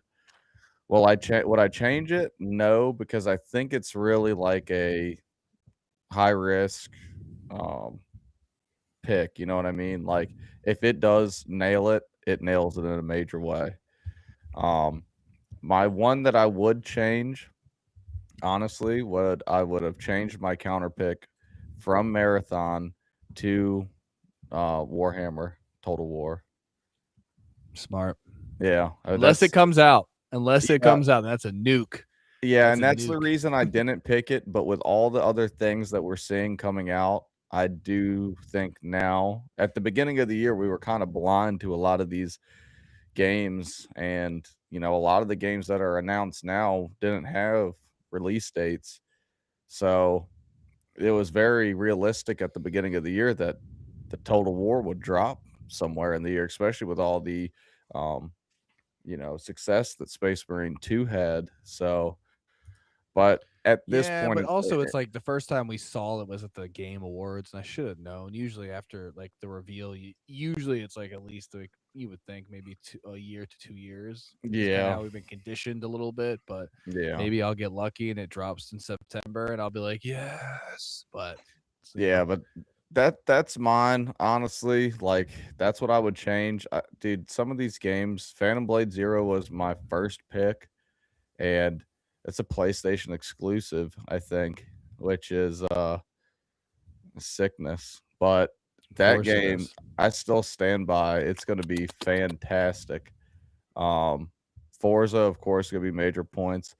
Hollow Knight Silk Song hasn't had any news around it from what I've seen, and no expected release, but I imagine that will get released. Um, and all I'd the other expect a ones. shadow drop from that, maybe even at the showcase. It could be a nice Yeah, little shadow drop. exactly. And then Pragmata, man, like I can't wait to jump into this and see and to play it. But yeah, I think I have a really solid lineup, man. So there's nothing really here that's like sticking out to me other than Duskbloods that could shoot me in the foot. So Yeah, and I agree with you. I think that Duskblood just if it does, I think like it's still a FromSoft game. There's gonna be the diehards that love it, but it's like I'm just concerned how it's gonna perform on the Switch is all, and I think that might hurt you a little bit yeah. overall points wise. But we'll see. You never know. I could be completely wrong. Eat some crow, and you might get a 90 out of that bad boy, and then we'll be like, well, Chip's well on his way, and I better start reading mixtape reviews now so I can prepare myself. But because you guys do have a strong front. And I'll end this with mine, and then it'll lead into our last little bit today. But like with Fable, Tokon, Amimusha, Soros, Blood of the Dawnwalker is another one I'm a little concerned about maybe not jumping this year. But if it does, I think that'll be huge for me. And then the one I'm the most concerned, other than Total War Warhammer, is Judas. Because there's been nothing anything. I mean, I just feel like I just had a good feeling, and if it does, it'll be huge. For those who Mm, don't know, it's the guy behind Ken Levine who made BioShock. mm, So like that when it drops and everything they're trying to do in the game, where it says apparently every playthrough will be different. It's like a reactive world, everything that happens in it. So we'll see, man. I hope it drops. I'd be super excited if it did. But yeah, I did some wild swings with mine. Now, if everything comes out on mine, I think that's why I'm projected to be third, because it's expecting that Warhammer and Judas don't drop. But I think if everything does drop the way it's in my favor, I think I might have a good run at winning this bad boy. But My last game that reviewed was Marathon. It got an 81 on Open Critic. As Chip stated, they had like a hold release for some of the reviews after the Cairo raid came out. The boys and I jumped into that last week. Um, and I was talking with the boys about it and doing like a full review was kind of my thought process behind this, but I don't want to regurgitate a bunch of talking points, but I'm going to go through a few things. And I stated this at the beginning of last week when we were talking about Marathon, and it is simple as this. I really like Marathon. And I will say behind Resident Evil Requiem, it is one of my favorite games I've played this year. And I've played a few. I've played Requiem. I've played Dragonkin, Dragon Quest, two Dragon games, Mio, and obviously the Diablo season. And I know I'm missing something else in there that I've jumped into, but Crimson Desert. That's just another one this year that you played. so forgettable. But yeah, just messing with you, man. Everyone's gonna crush me again and be like, "Oh, this guy likes the marathon slot, but doesn't like Christmas Desert." No, it's just not feeling it right now. I'm not feeling it. But going back to Marathon, like I said, I truly enjoy this game. I think it's a ton of fun. The core loop in itself works for me a lot. It's your typical extraction shooter. Same reason I fell in love with Arc Raiders. You go in, you loot. It's just and the thing you have to come to terms with is the gear that you have is not your gear, it's the world's gear, and someone's going to take it or it's going to get lost to the world. You're going to lose it. And but that's why some of us hoard it. Like my vault is a hoard and I save a lot of my stuff for when we do now these raid runs. And what I've stated before, and I'll say it again here, what makes a difference? It's a hero shooter and they're called shells, and there's multiple you can choose from the assassin, and which Nick mains, the triage, which Dave mains, and I main destroyer. It's I just love the movement. The shield's really clutch. It's a ton of fun to play as. And yes, and that's like the hero concept behind it. They each have special abilities, and then you can get into which I think is also a really cool part of the game is the build crafting that goes into it. You can put the different attachments on your character, the different cores. You can build those cores around a certain gun, or if you want to be a knife. A bunch of patches have come out. A cool one that either it's gone live, Chip, if you want to check, or it's going to be live soon, is a big buff to recon, where the their ultimate will tell you the difference between players and bots, which will be huge. Nice. And it increased in strength in the AI of the spider bot, which will be wonderful too. So if it's gone live, I might be running some recon for sure because I think that'll be huge for the team. But going back to it, so as talking about the recon, every shell has an ultimate. Even the Rook, who can like heal himself, and then his tactical abilities, he can blend in with the USEC. And the Rook is the character you play solo, jumping halfway through a run, or a little bit more into a run. You can kind of sneak around and kill people. And we've all been killed by Rooks multiple times because they have shotguns and they're dangerous. But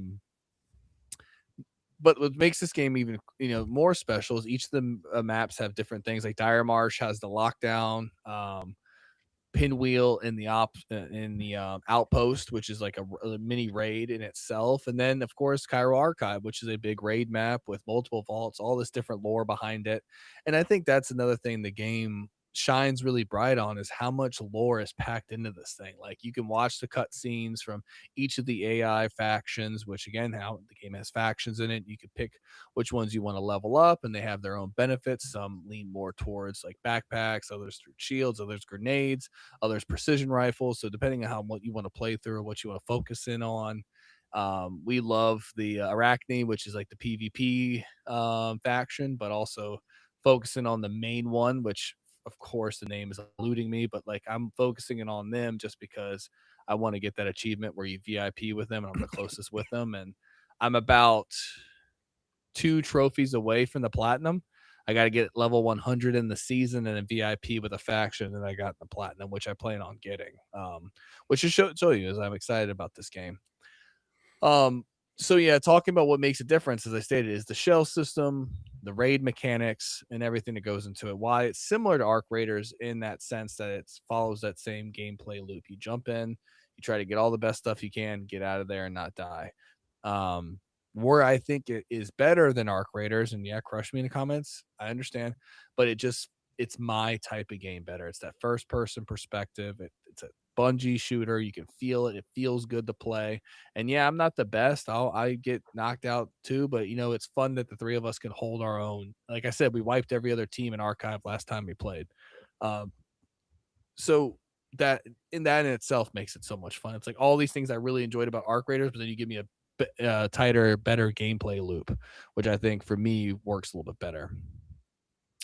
And I meant to say this, boys. You all jump in whenever you want and stop me whenever you want. You can kind of hop in this review with me as well. The content depth is the multiple maps. You got Perimeter, which is like your beginner, Dire Marsh, which is hell on earth. The snipers everywhere, booger plants everywhere, you name it. And then you get, God forbid, you get caught in the lockdown with none of your mechanics kits. And then the vault keys I put on something I wanted to talk about is you find the vault keys because Dave, I meant to answer this question for you. You said, what's the point of playing anything else? This is so much fun when we were playing the raid. Well, when you play the other maps and you kill like the wardens or you do like the missions and stuff, sometimes they will drop those vault keys and then in turn make you be able to get into the vaults within the Cairo, which is pretty sick to my opinion. Also you get more gear, obviously, to get yourself up and get ready, but also you get the vaults to slowly open the vaults. And for those that don't know, you have to open every vault and get like an AI information thing from each of them. And once you have all 6, then you can enter the boss's room. So it's like you got to go in multiple times. It's all RNG, and eventually you get to the point where you can challenge the boss. So it gives you like an end game to reach towards, which I enjoy. I like that. I feel like there's something to work towards. Mhm. And that's why some runs hurt when like you lose a bunch of good shit. Because I'm like, damn, man, this has been perfect when the three of us are back on and we're gonna run Archive together. But I've also been saving a bunch of stuff. I think I have like 5 bubble shields that I'm like every time I hold on to them, I don't waste them in a run, and make sure Mhm. I extract with them so I can make sure I drop one for each of you when we load in. So each of us has one ready. They did nerf the bubble shield a little bit, but it's still super clutch when you need it. Um, but I say it's just a lot of special in this game. But as Chip explained earlier in the show, it is a ton more fun when you're playing as a group. Even for me that plays it solo, who plays it with random people as well. When you play with a squad that you are familiar with playing with, you're on comms, you're working together, you lock in. It it's obviously such a better experience. The solo attack approaches, as you'll see in our comment section and multiple different ones, and multiple videos we posted, like the solo is like a survival horror game, and that's what Chip had stated too. Me and him were talking about it. When you're playing with duos, I'm not really fond of. I just feel like I don't know.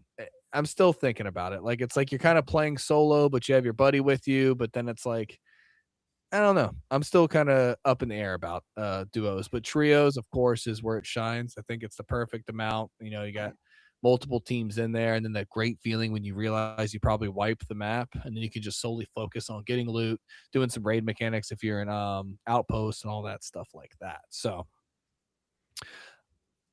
a lot of great things I read in the comments. I think and Dave, you had responded to one of our listeners as well. I think and I agree with this. I think one of the biggest hurdles for the game, when we're talking about hurdles, is the game is at a $40 price point, and with so many free to play options out there or add-ons to current games, it is very Mhm. hard to pull people in this. And I think that, and not only is it hard to pull people into this, it's also a very difficult game to get into because you have to play it and feel it to get into it and Mhm. understand it and get through those pain points. As you were saying last week or the week before, it's like it's funny with both Crimson Desert and Marathon. They're both 2 games you have to keep playing to really understand. And then once you understand it, then that's when it might click for you. For us, it all clicked with us. We're like, oh, I get it. Oh, this is fun. I love this. Yeah. Me more than you guys, but still, I think there's a universal love here. I think, and Dave, I would love to hear from you at this point. It's like I say this because I think people need to play the game to understand it, enjoy it. And I think a free weekend or another server slam or something that could bring a bunch of people back into it and play it. And people might say, well, they already did that. It didn't work. But I'm like, I just feel like there's so much here. But the biggest thing is you need the player count. And people might say it's not important, but I think obviously it's very important. You want people to keep engaging with your game. a thing they can work on and fix on. I'd love to hear from you guys. I know I've been kind of going on and on here, so but I'm a little bit passionate about it and I've been jumping all around. But I think this is the game you kind of have to jump around when you're reviewing because there's not really spoilers you can give except kind of like explaining the vaults. But I think everyone would welcome that more than anything. But another thing they need to work on is that battle pass. Like none of those skins.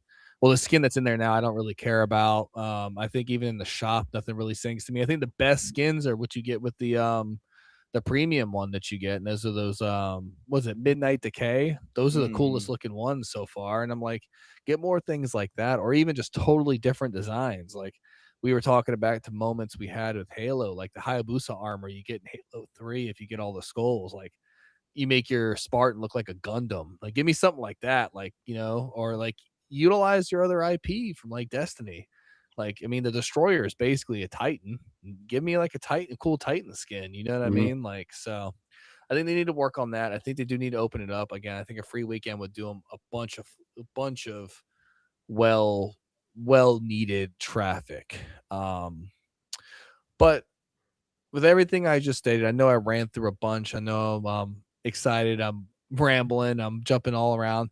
Is there anything that I just said that you guys want to pull at? Anything you're feeling differently? Yeah, I leave the floor open to you. Start with you, Dave. Yeah, I'll talk through my quick experience. And you guys remember at the beginning, I was skeptical, and it's like you made a great point. It's people got to give it some more time, but also it's the fact of playing with friends is makes or breaks most games, unless it's meant to be a specifically single player. And I know we saw a lot of that talk in the comments. And then I was even I was messaging some of my buddies that I grew up with. I saw on my friends list, this one guy, he was playing Marathon for like the first couple weeks. And so I wanted to ask, I was like, why did you stop? And he was like, man, I loved it. He played 40 hours. But then he's like, I didn't have anyone to play with. He was playing with randoms. Um, and so that definitely changes everything.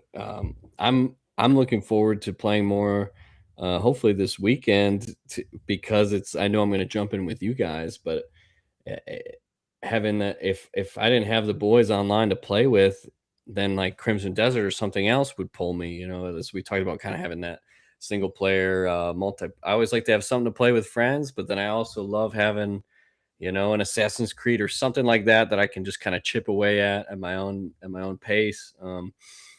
So it's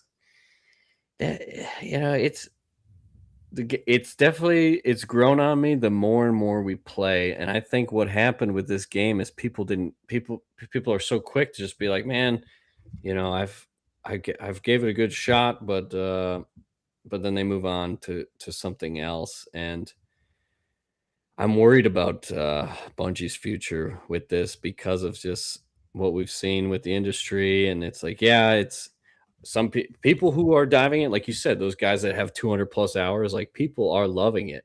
Um, but if they don't sell, certain, it's the money is the, I know they want to support the game for years, but realistically, the numbers are dropping so much, and it's tough. The some of the replay value, like we have that goal to hit the final boss and the archive and stuff, but then what's next? They're gonna have to really keep the content coming if they're trying to, it's like, what's the approach here? You're selling it for $40, but then it's going to be this live service where you want people to buy skins. And like you said, the skins are nothing to write home about. And you see that with a lot of games these days. Battlefield sank, or isn't doing as well because I appreciate they wanted to stay loyal to the fans. So like, we only want kind of realistic military skins, but then nobody's going to buy that because it doesn't make your character look that much different. The Fortnite approach, it's like, oh, you can run around as Peter Griffin or something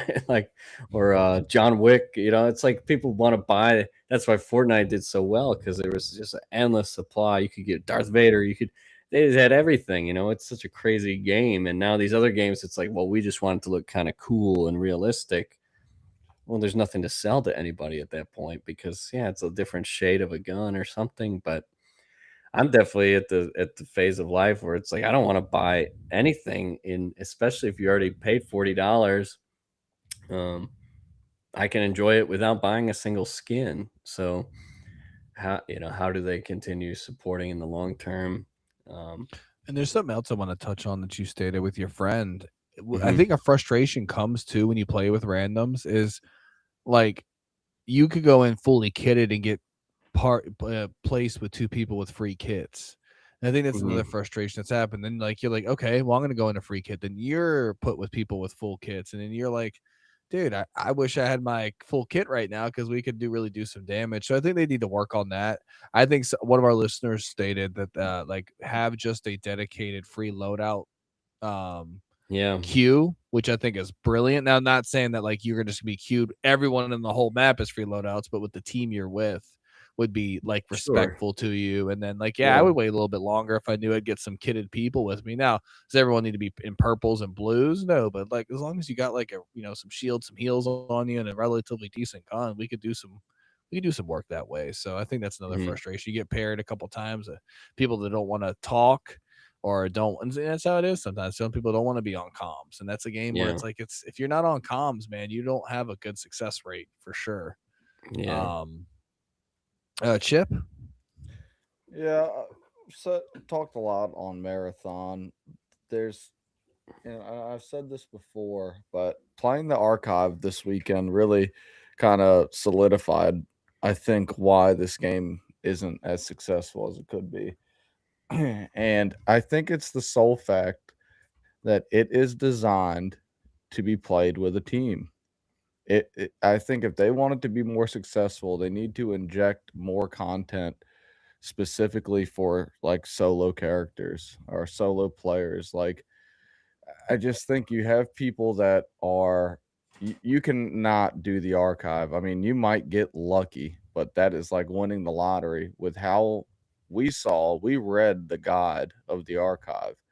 Imagine having two randoms, and are you going to go in with your vault queue with two randoms, right? Are you going to go in with your high stakes gear with two randoms and attempt to do this thing? And they might have just the automatic kit that the Cairo gives you. Like you said, I mean, I just think it's not designed for solo players, and there's not enough three-player teams out there to keep it, you know, going. I think next season, if they want to turn it around, they have to kind of go away from the three-player squad base or have two different raids at endgame, and one could be a squad based and one could be a solo based, or just something. Because Mhm. most all the comments we were reading is people that like said, they play solo, they get paired with a random, they get killed instantly.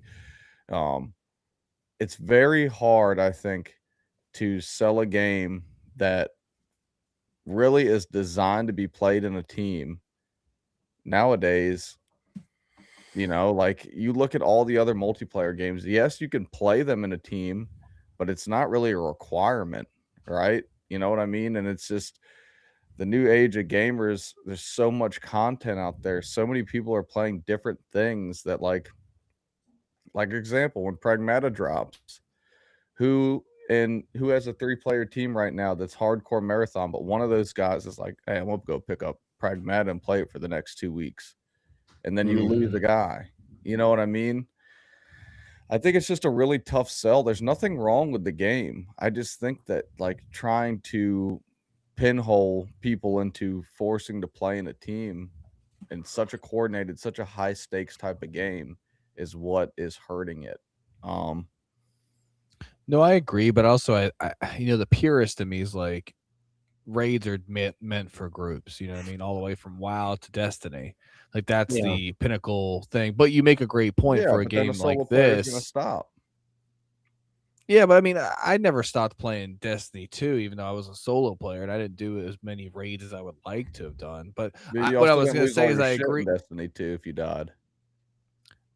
what I was gonna say is I also agree with you stating that there should be like pinnacle stuff for solos too. I agree with you. Like you Yeah, that would could be still do cool. dungeons and you know what I mean, stuff like that, and the exotic quests or anything along those lines. So I agree with you. There should be more stuff for solos, and I, I do also agree that's probably what's hurting it is having a dedicated 3-man crew, and I think that's why, and I think it's smart that they have it kind of time gated so people can't just farm it who have 3-time crews and just absolutely destroy the economy of the game. You know what I mean?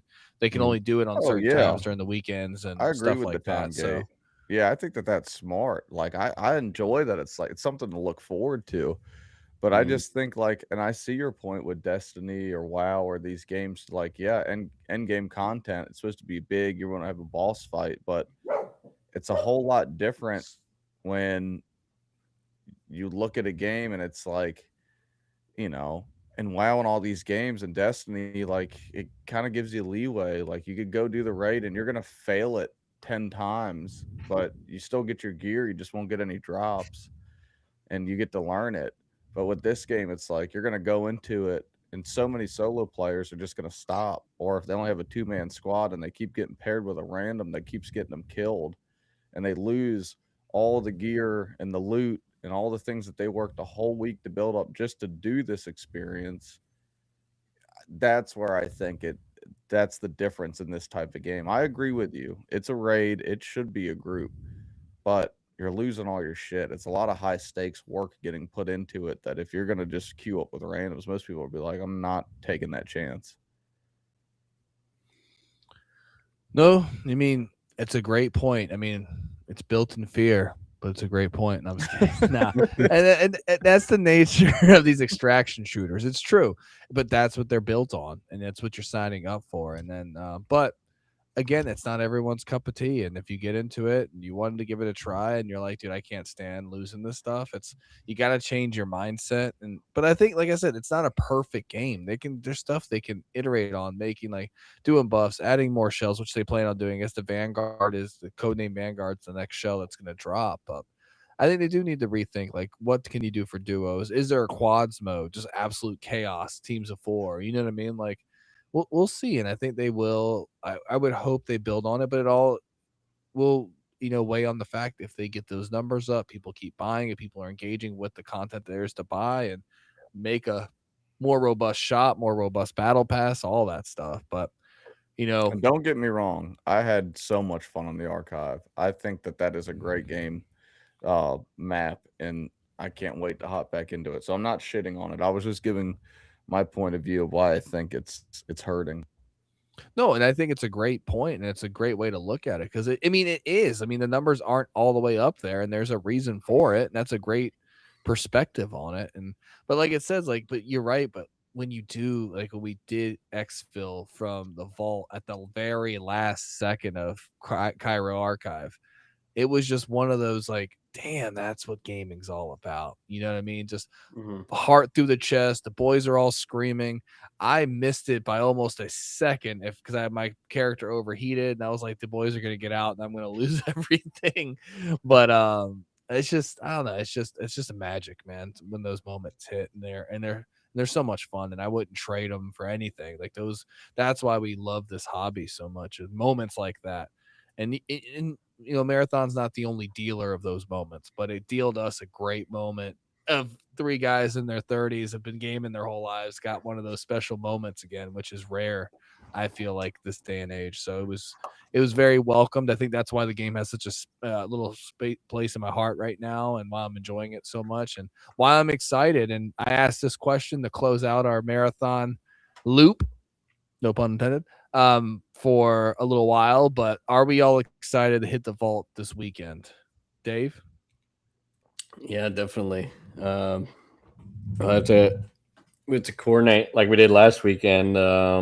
Whether it's gonna be Friday or Saturday, either I'm down for whatever. We stay up all night tonight. What do you guys think? No, I'm just kidding. But because it is this being Thursday, that was the shift. Now it's Thursday, Friday, Saturday. Because we tried to jump in Sunday night to disappointment. Oh, We still had we still had fun. But yeah, they did a shift with like the scheduling, so you got to hit the raid Thursday, Friday, Saturday. There's probably people in there right now. Oh, there are. I was seeing like streams and stuff while I was working. I Yeah, was hearing them pop up. it's Chip. interesting though. Like Oh, I'm this, sorry. Go ahead, Dave. it's just sorry. This last thought.